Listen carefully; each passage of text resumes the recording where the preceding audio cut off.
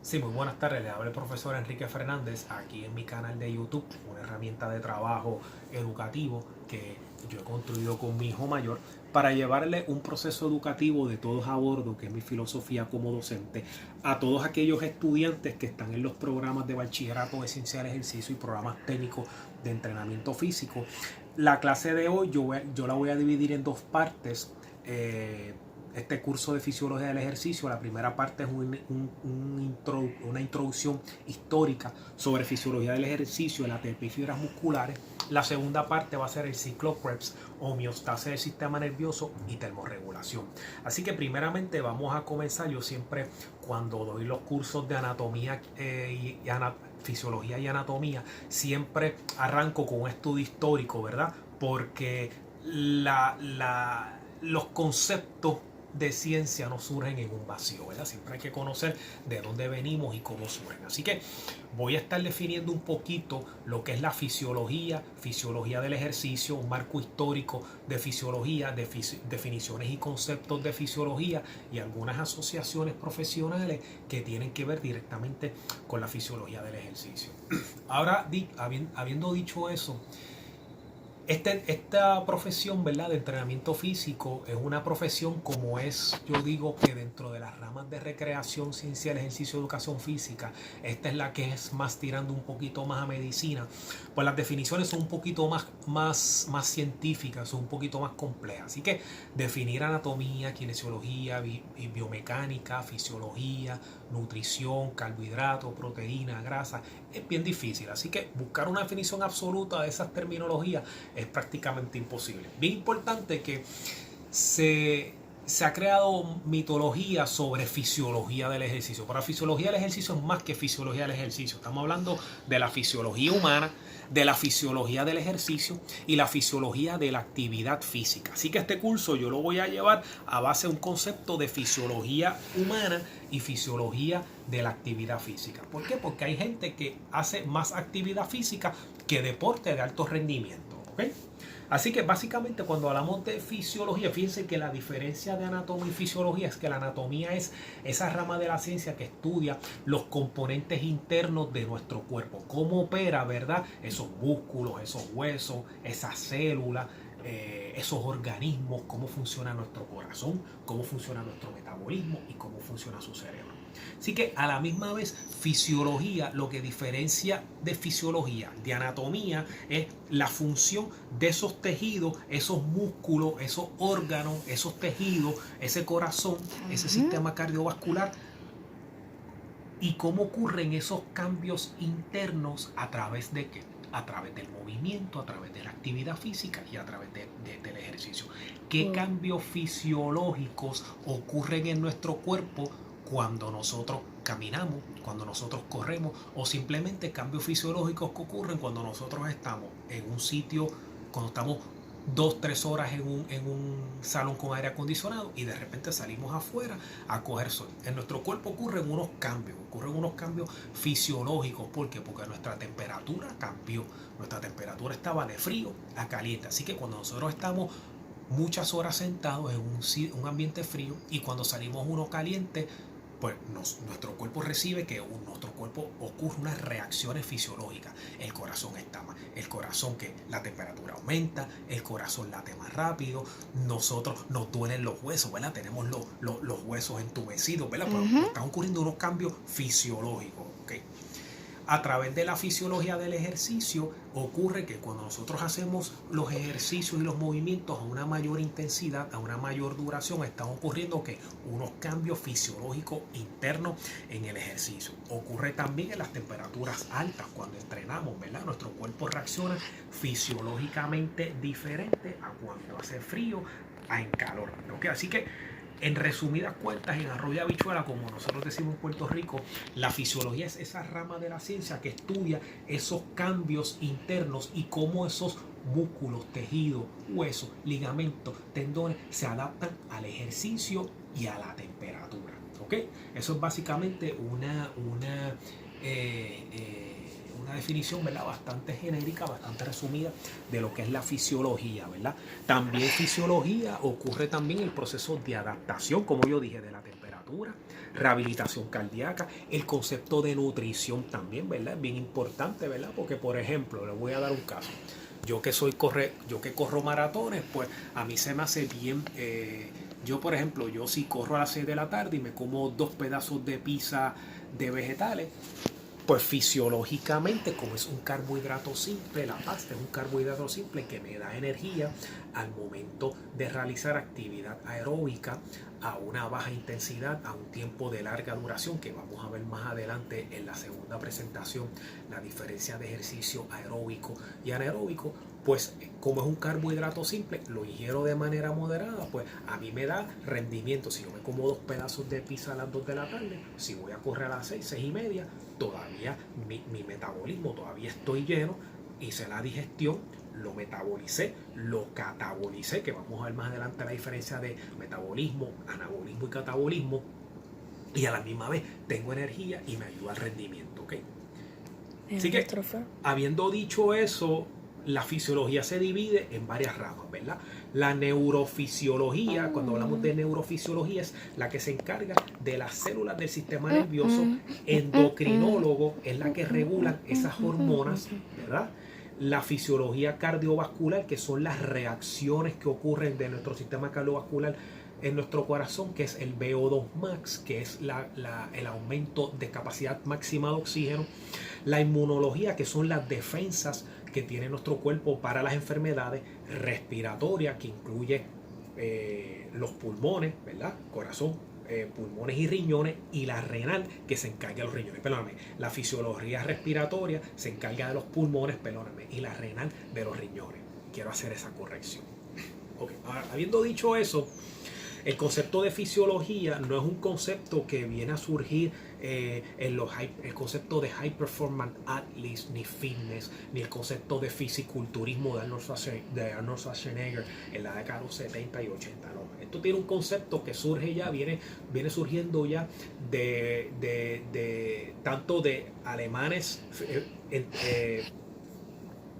En aquella época no se le consideraban fisiólogos del ejercicio, eran doctores en medicina que se encargaban en los procesos de rendimiento deportivo, desarrollando adaptaciones cardiovasculares a los ejercicios. Y más adelante le voy a explicar cómo surge. Uno de ellos es A.B. Hill, August Krok y Otto Meyerhoff. ¿Ok?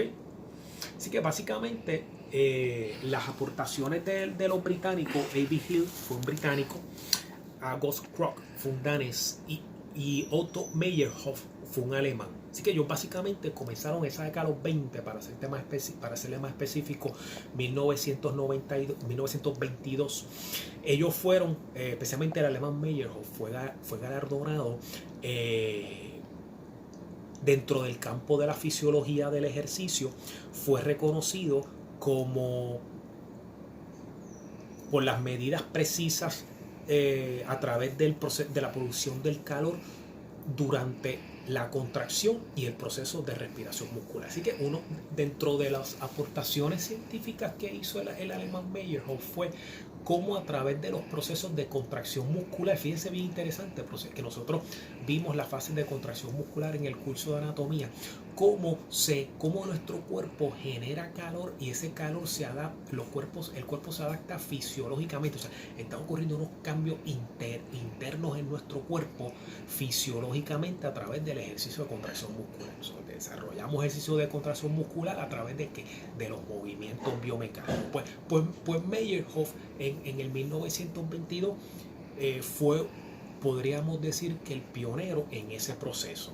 ¿Okay? Así que él comenzó un concepto de relación consumo de oxígeno y metabolismo de ácido láctico, ¿okay? En los músculos.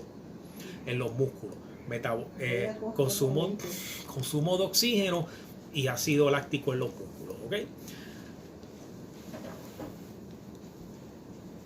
Así que definitivamente se comenzó ese proceso de adaptación del VO2 max, que después vamos a estudiar en las fórmulas del método Carbonen, que John Carbonen fue un cardiólogo alemán, ¿verdad?, que comenzó a elaborar, ¿verdad?, las adaptaciones y en el consumo máximo de oxígeno. ¿Okay? Así que básicamente dentro de las aportaciones que hizo Meyerhoff fue adaptaciones fisiológicas al consumo de oxígeno que luego John Carbonen en el 3738 lo denominó como VO2 max a través de su fórmula de Carbonen, que la vamos a estudiar más adelante, a través del metabolismo del ácido láctico, que se desarrolla el metabolismo del ácido láctico en la fase anaeróbica, que lo vamos a ver más adelante, y en los músculos. Bien interesante, Meyerhoff comenzó a hacer ese experimento en atletas, corredores de maratones, que son atletas de larga distancia. Bien importante, todo eso se fue desarrollando en Europa y alrededor de 25 años después en la Universidad de Harvard, en el 1947, adaptó esas ideas y esos estudios científicos tanto de Meyerhoff como de Kroc como de Hill. Así que en 1947 la Universidad de Harvard comienza a desarrollar en sus laboratorios sobre...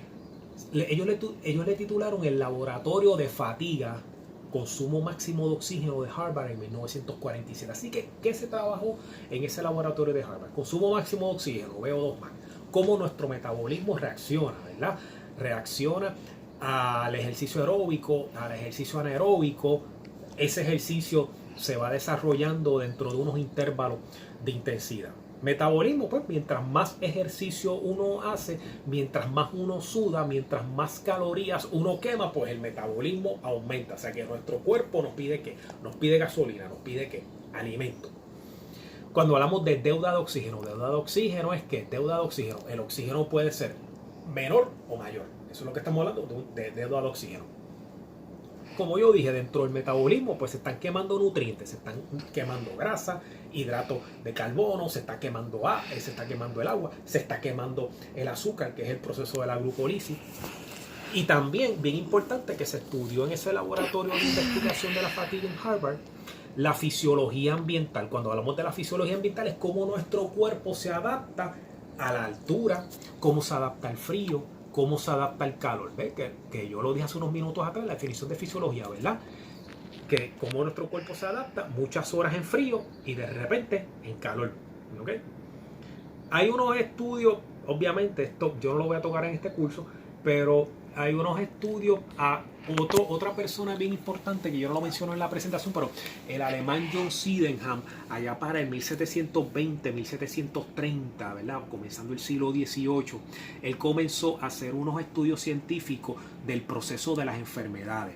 Y dentro de sus teorías, él desarrolló que el origen de las enfermedades del ser humano se adapta básicamente a los cambios del medio ambiente. ¿Okay? Pero eso yo lo doy en otro curso.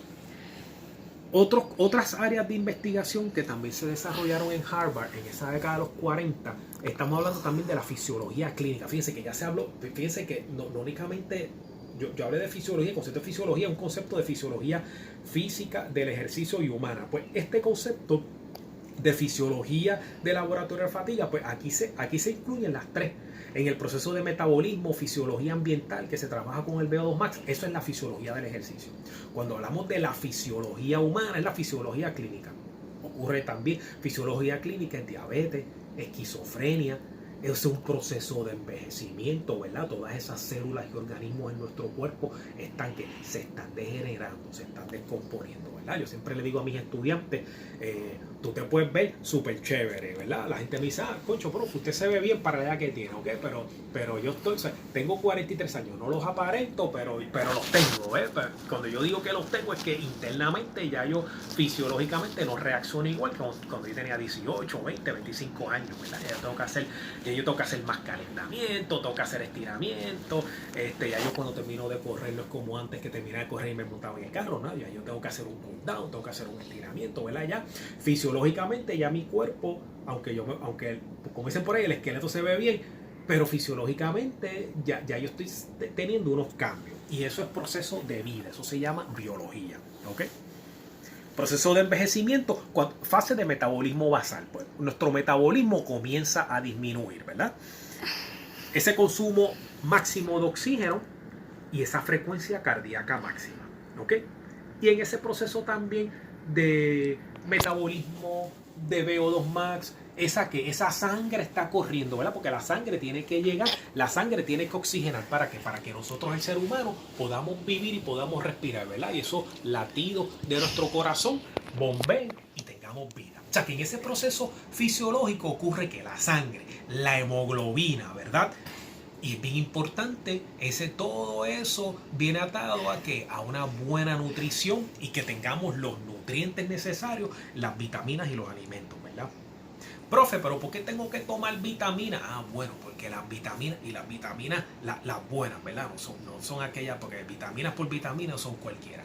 La función principal de las vitaminas, y esto yo lo voy a dar en nutrición, pero esto es a modo de postdata, como diría Juan Luis Guerra.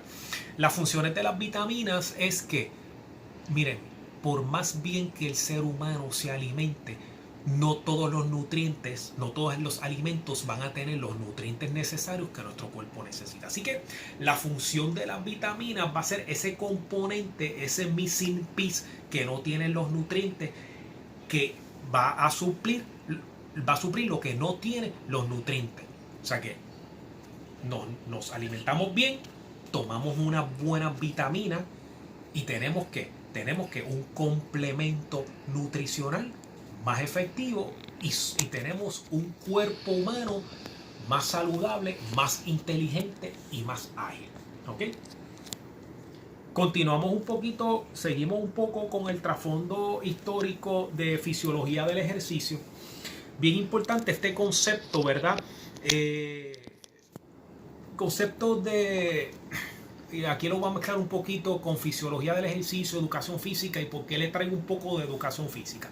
La clase de educación física en los Estados Unidos a finales del siglo XIX y como hasta década de los 50, 60 del siglo XX, no se llamaba la clase de educación física como se llama hoy en día. Se le llamaba la clase de ciencia del ejercicio, se llamaba la clase de eficiencia del ejercicio.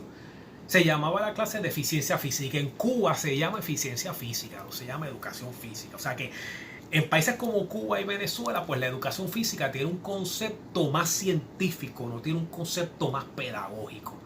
Aquí en Puerto Rico, antes del 92, los profesionales de la educación física se veían, casi todos tenían PhD. O sea que se veía la educación física básicamente bien parecido a ciencia del ejercicio. Cuando vino esa reforma, la reforma educativa en el año 93, que comenzaron a bajar, le empezaron a pedir menos requisitos académicos a los estudiantes de educación física, pues muchos estudiantes de educación física, pues en los últimos 25 años, pues tienen un bachillerato en educación física y se quedan ahí, o sea, no han procedido estudios en posgraduado. En Estados Unidos, en la Universidad de Harvard, el doctor Dudley Sargent diseñó un programa físico para los programas de eficiencia física de ejercicios individuales, ¿ok?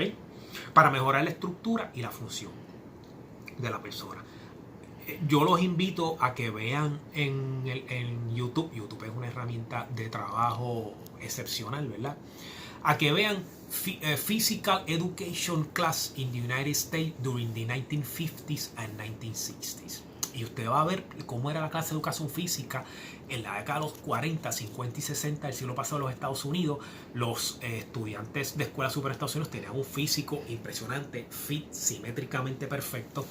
Iban con su t-shirt por dentro, pantalones cortos, y eso prácticamente en una clase era un bootcamp militar. O sea, que la clase de educación física no es que si jugar dominó, tiro 2 bolitas de baloncesto, me como un frozen, me voy a dormir, estoy facebookeando, no.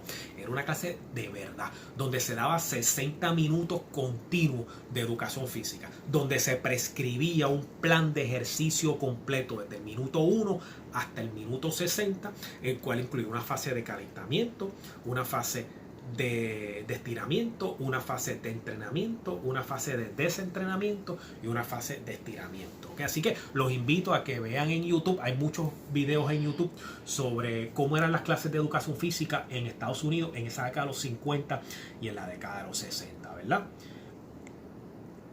La filosofía de esas clases de educación física era que tener una condición, una eficiencia física óptima. llamada condición física. O sea, condición física y eficiencia física son sinónimos. ¿Ok? Y a la misma vez, no únicamente es que ese joven sea un ser humano saludable, sino que sea un ser funcional.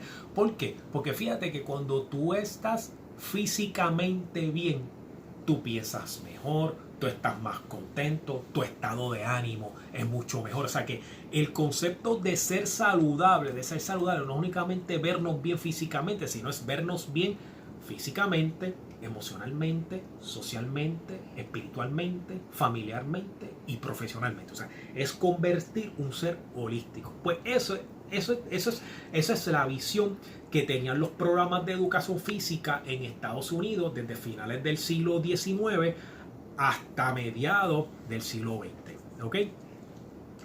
Ahora bien, ¿por qué eso viene acompañado también? Otro aspecto bien importante que el ejército de los Estados Unidos le dio mucho énfasis a los programas de educación física, y el Congreso comenzó a invertir muchos millones, le empezó a dar muchos millones a las universidades de Estados Unidos en los programas de educación física, fue ya en los 40, 50, 60 el deterioro de la salud que estaba ocurriendo, ¿verdad?, en los Estados Unidos. Los soldados, yo siempre digo a los estudiantes, los soldados norteamericanos no superaban lo que son los PT tests, que son los Physical Training Tests, ¿verdad? Los Physical Tests son que pues correr 2 millas, hacer push-up en 2 minutos, hacer sit-up en 2 minutos y cuántos pull-up, cuánto es la cantidad máxima de pull-up que tú puedes hacer en 1 minuto. Obviamente, cuando se terminó la Segunda Guerra Mundial, que fue del 39 al 46, y esto yo lo digo en forma jocosa, los soldados japoneses le comieron las nalgas, por no decir otra palabra, le comieron las nolas, ¿verdad? Como nosotros decimos acá en Puerto Rico, a los soldados norteamericanos. ¿Por qué? Porque los soldados japoneses eran estructurados, eran delgados, no bebían, no fumaban, tenían un régimen alimentario militar, ¿verdad? Bien estructurado, ¿verdad? Como es esa cultura japonesa. Los soldados norteamericanos en esa acá, los 30 y 40, se amanecían todos los días, bebían alcohol, fumaban cigarrillos, fumaban otras cosas que no eran cigarrillos, y los muchachos hacían travesuras por la noche, ¿verdad? Mientras los soldados norteamericanos hacían travesuras por la noche, pues los soldados japoneses estaban durmiendo. Ya a las 7 de la noche iban a dormir y se levantaban a las 3, 4 de la mañana a hacer ejercicio. Obviamente Estados Unidos ganó esa guerra, que él puso la bomba de Hiroshima, ¿verdad? Porque pues eso es mucho poder político y capital, pero eso es otro tema. ¿Okay? Así que en esa década de los 40, especialmente el presidente Eisenhower, que fue el presidente de Estados Unidos de 52 al 56, creó ese consejo presidencial dedicado a la buena condición física entre los jóvenes. O sea, que invirtió mucho dinero en esos programas de eficiencia física. O sea, que las universidades en Estados Unidos saben que a los 40, 50, 60 y 70 los programas de eficiencia física subieron bien alto.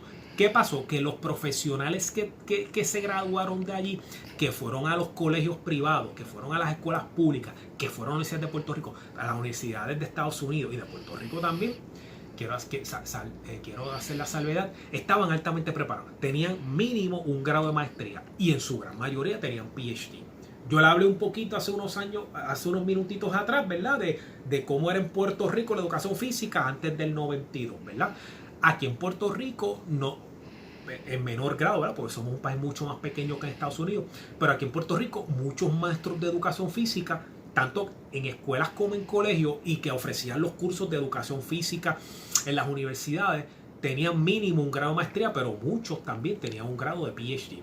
O sea, yo hablé que el concepto de educación física, eficiencia física, cultura física, ciencia del ejercicio, eran a través de ciencia, eran a través de PhD. Así que tenían unos altos requirements, unos altos requisitos. Así que básicamente esas clases de educación física, esas clases de bachillerato de educación física eran con fisiólogos del ejercicio, ¿verdad? Con especialistas en el ejercicio con PhD y maestría. También bajo la presidencia de Richard Nixon creó un consejo, él creó un consejo nacional para la condición física y el deporte. Ahí obviamente se crearon muchas asociaciones relacionadas con la salud, con el deporte, con la recreación, entre algunas, ¿verdad? aquí yo tengo de referencia, pude coger algunas de referencia, pero son muchísimas. El American Alliance of Health, el Physical Education and Recreational and Dance, ¿ves? Educación física, recreación y baile, o sea que no únicamente era de ejercicio y de deportes de alto rendimiento, sino también que incluía actividad física, baile, danza, adapta el Physical Activity Quality, o sea, educación física adaptada para mejorar la calidad de vida. El American Journal of Psychology, ¿verdad? O sea, Physiology, perdóname. Cuando hablamos del American Journal of Physiology, pues ahí habla un poquito de los conceptos de la psicología del ejercicio y del deporte. Ahí, ¿ok? Lo incluye también. Journal of Sports Medicine. Journal of Aging and Physical Activity, o sea, la actividad física para las personas de tercera edad. Journal of Nutrition, ¿ves? También coge la nutrición. Journal of Sports Science. Journal of Strength Conditioning Research and Medicine and Science in Sport Exercise, ¿verdad? Y también ahí, y eso viene acompañado un poquito después, ahí se me quedó, en el 54 se funda la ACSM, la American College Sports and Medicine, y en el año 78 la NASCA, la National Strength Conditioning Association. Pero eso yo lo doy más específico en el curso introductorio de Ciencia del Ejercicio, ¿ok? Rapidito a modo de resumen y ya terminando esta primera presentación de un trasfondo histórico que se lo di bastante resumido y comprimido.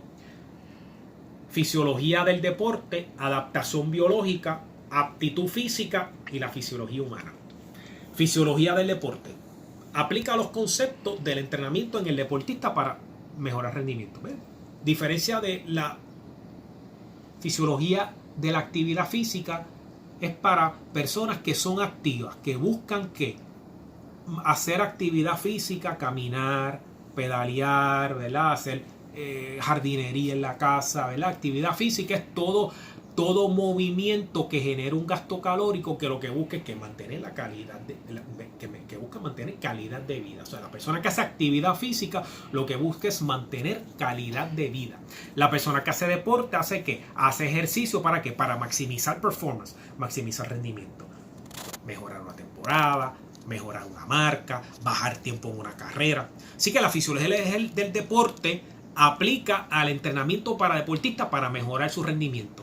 La fisiología humana aplica ¿qué? Para el estudio, para mejorar las funciones internas del cuerpo humano. ¿Ven la diferencia? La adaptación biológica son ¿qué? Son las adaptaciones morfológicamente funcional, morfológico, a través del cerebro, de las condiciones del medio. Adaptación biológica, ¿ok? Nuestra mente se va adaptando al lugar. Por ejemplo, yo pues, y ahí pues ocurren unos procesos internos en nuestro cuerpo, que es la adrenalina, ¿verdad? Que el corazón empieza a latir súper rápido. Y todavía me pasa, y llevo 32 años corriendo y 21 años corriendo maratones. Cuando yo voy a correr un maratón, y todavía me pasa, para que usted vea que al más veterano se le va una liebre. Si la carrera empieza a las 5 de la tarde, yo más o menos me empiezo a preparar mentalmente a las 4 de la tarde. Y ya yo más o menos estoy calentando como a las 4:30. Pero mi corazón está estoy nervioso, ¿verdad? Estoy la adrenalina. Empiezo a sudar las manos, los pies, ¿verdad? Pero morfológica, hay una adaptación biológica, ¿verdad? Ya mi mente se está adaptando a la carrera, ¿verdad? Y tú dices, concho, yo me quiero ganar a este, ¿verdad? O sea, ya hay un proceso de adaptación biológica y psicológica. Que a principio, pues uno empieza a correr un poco frío, ¿verdad? Pero una vez ya tú empiezas a botar esa adrenalina y el calor de la competencia, ya tú empiezas a correr, le empiezas a pasar a todo el mundo por el lado y ya tú empiezas a correr a tu propio ritmo. Ocurre una aptitud física, pues cuando hablamos de aptitud física son esos componentes de aptitud física: fuerza, velocidad, flexibilidad, tolerancia, y ocurre un proceso de composición corporal. ¿Ok? Así que eso básicamente son algunos de los conceptos de la fisiología humana. A modo de cierre, yo en la presentación que le puse de introducción a la fisiología humana, yo le puse unas ilustraciones, ¿verdad? De cómo era, ¿verdad? Yo le puse uno de los últimos slides de lo clásico a lo moderno. En esa presentación de lo clásico a lo moderno hay un corredor, pienso yo, ¿verdad? Simulando la foto. Es un corredor de larga distancia en una bicicleta. ¿Se acuerdan que hablamos de anatomía de equipo ergométrico? Pues eso es un proceso, eso es un equipo ergométrico. La bicicleta con la mascarilla, ¿qué es lo que busca la mascarilla? El VO2 max, esa adaptación de oxígeno, ¿ok? Y en la otra, a la derecha, están como si fuera un plano, como un avión estirando, ¿verdad? Eso parece un proceso quirúrgico. Pues hay un proceso de ¿qué? De los huesos, un proceso interno, un proceso anatómico, ¿ok? Yo le puse también, de ahí entonces, continuando de lo clásico a lo moderno, yo también le puse unas ilustraciones de cómo era el concepto de adaptaciones fisiológicas de un entrenamiento en la década de los 20 hasta ahora, hasta este siglo XXI, ¿verdad? El equipo bien moderno, ahora pues los equipos tienen monitores, tú ves el heartbeat, cuántas calorías tú quemas, cuánto es tu frecuencia cardíaca, cuánto es tu frecuencia máxima, ¿verdad? Cuándo es que tú tienes que aumentar el pace, cuánto tú tienes que aumentar el porcentaje de intensidad, todo te lo va dando la máquina, ¿verdad? Y el monitor.